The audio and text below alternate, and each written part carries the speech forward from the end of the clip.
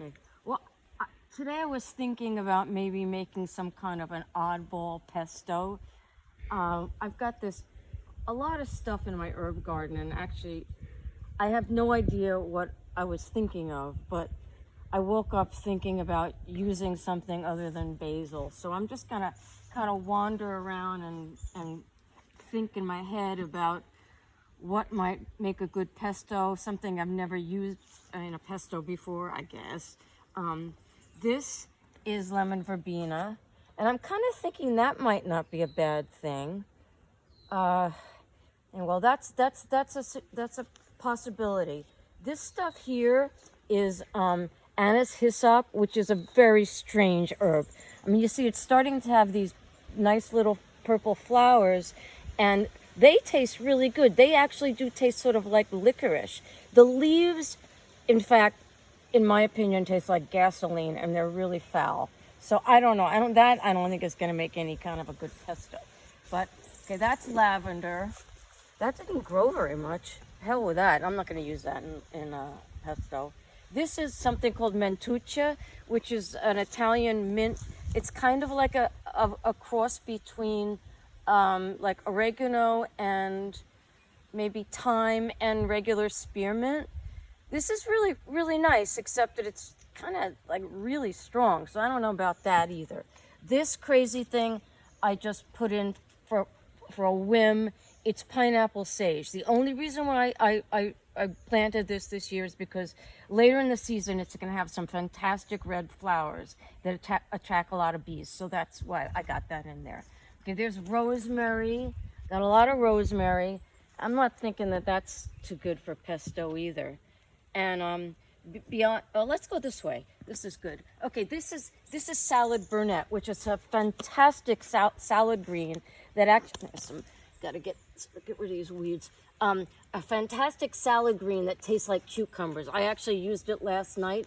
I threw it into a Greek salad that had tomatoes and cucumbers and some feta and olives. And I threw this on top and just, tossed it all around. That was really, really delicious. Now, that's a possibility for a pesto, I'm thinking.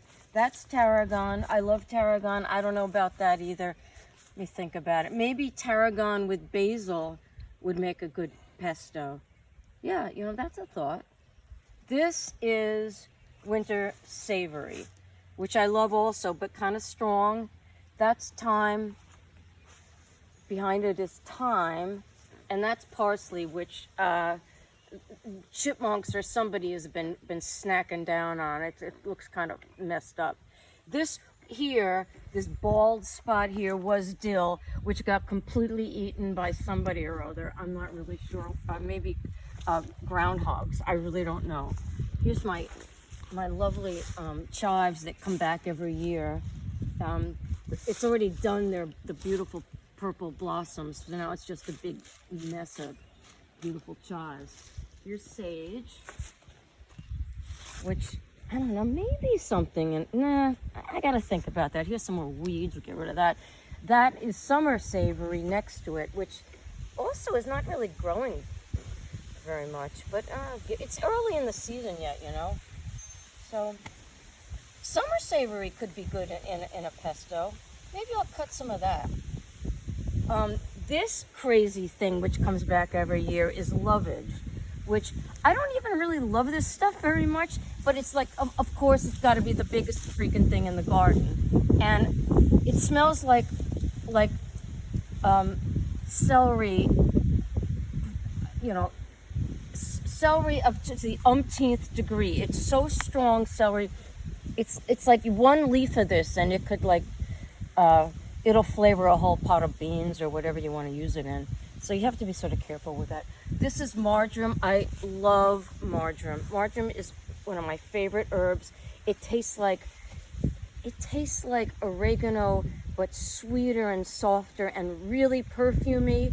It is a beauty plant. It is an absolute beauty plant. And I have to say, this is almost one of my favorite. This is my favorite herb. Almost. Maybe basil is more my favorite. And this is fennel, which also can make a really good pesto. So that's a consideration. I don't know what to do. Okay, this is garlic, which a lot of it I already pulled up, but I'm holding these out so they get really big. This is a mixture of, what did I plant this year? I planted a mixture of some white German garlic, and then I also planted something I got from Seeds of Italy, which is like a purple Basque garlic, which I already pulled a lot of that out, and it's really nice. Okay, spearmint, regular basil here, and Thai basil, which I also love. I should probably pick some of these off so it doesn't mold. I think I'm gonna pick some Thai basil. Yeah, let's use Thai basil. That's gonna be good for some kind of pesto. What about, I mean, you tell me if you think this is gonna be good. I don't really know, I'm just gonna wing it. Thai basil, that should be enough. Maybe some lemon verbena, let's go with that. Lemon verbena, there's a wacky, non-traditional, to the nth degree pesto. What else was I thinking? You know what?